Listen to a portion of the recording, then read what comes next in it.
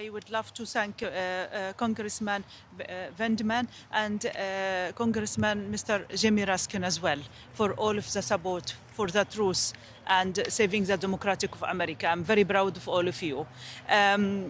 I was born, my name is Hanan, I born in Egypt, I grown up in Dubai.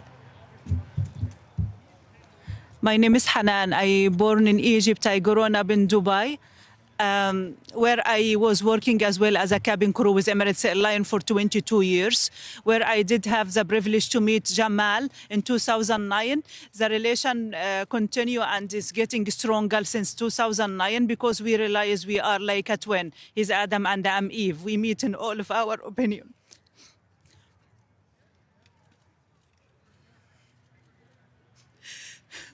In 2016, Jamal Khashoggi was giving a speech via Zoom, and the Saudi authority did not like it. They decided to put him under house arrest.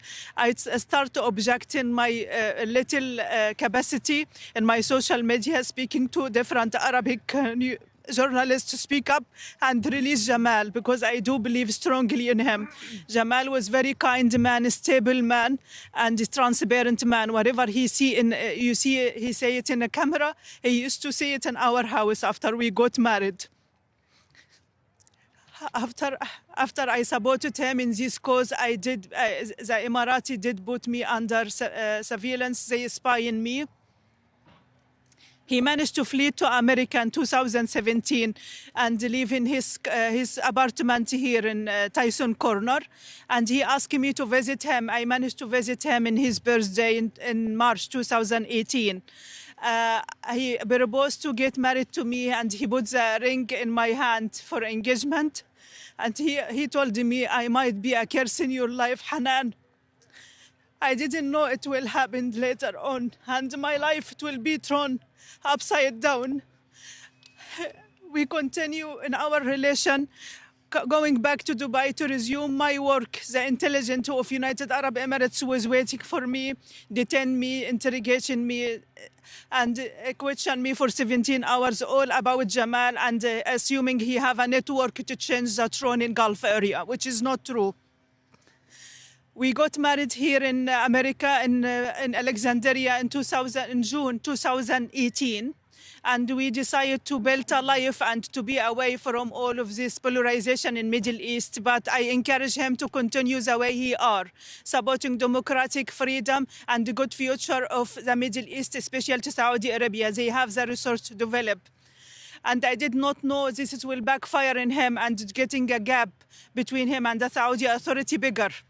And last time we met, it was September, a few days before he fly to Turkey. He was supposed to visit Istanbul, Berlin, London, to buy apartment in Turkey, for he can get a citizenship and he can get some kind of medical insurance as well, because his health was going down. Jamal was suffering with a lot of medical condition before he left us.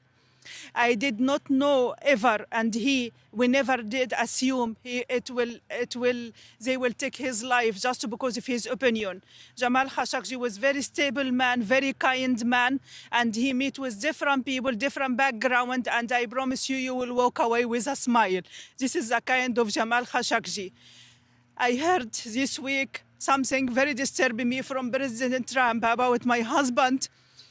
He's controversial and he's unliked. I would like to tell Mr. Trump, you're expressing someone else, not Jamal Khashoggi. Jamal Khashoggi was most stable man.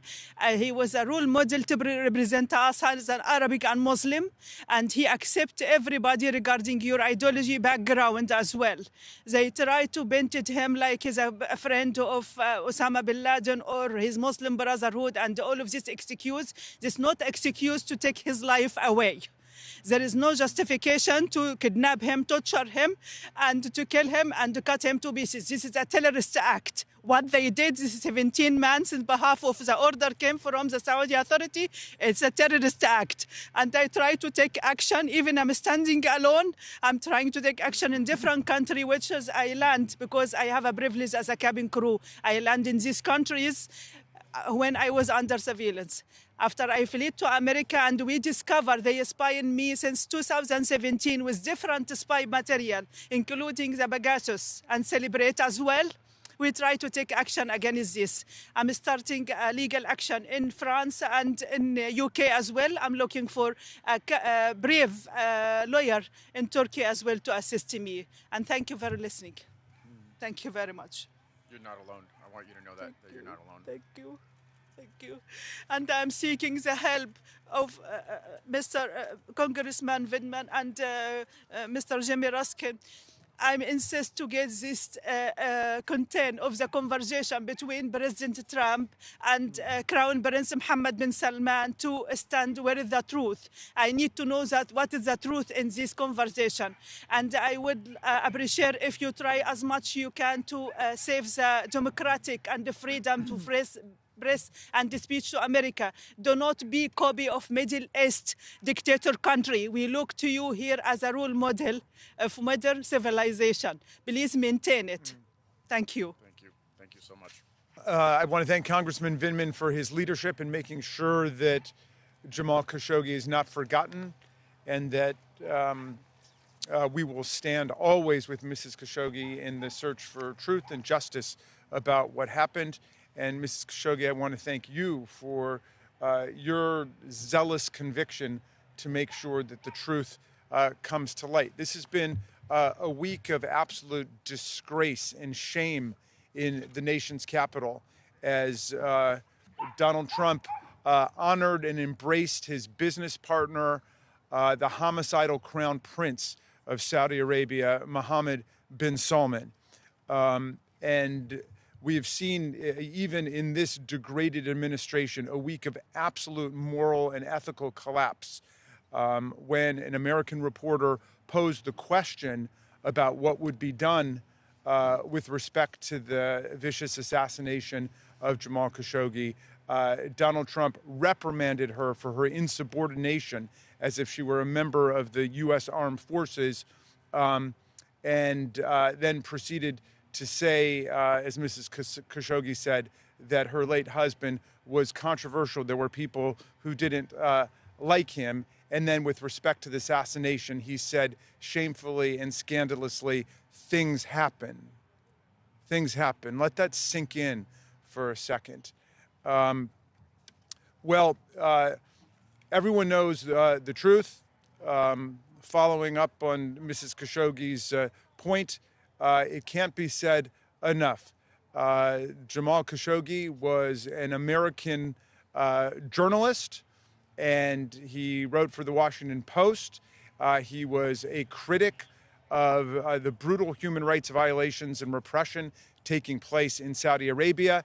And when he was traveling in Istanbul, Turkey, he was abducted by 17 members of Mohammed bin Salman's security team. He was strangled, and then he was drawn and quartered, dismembered, assassinated by Saudi Arabia. And this is what our president describes in the compressed formulation of things happen.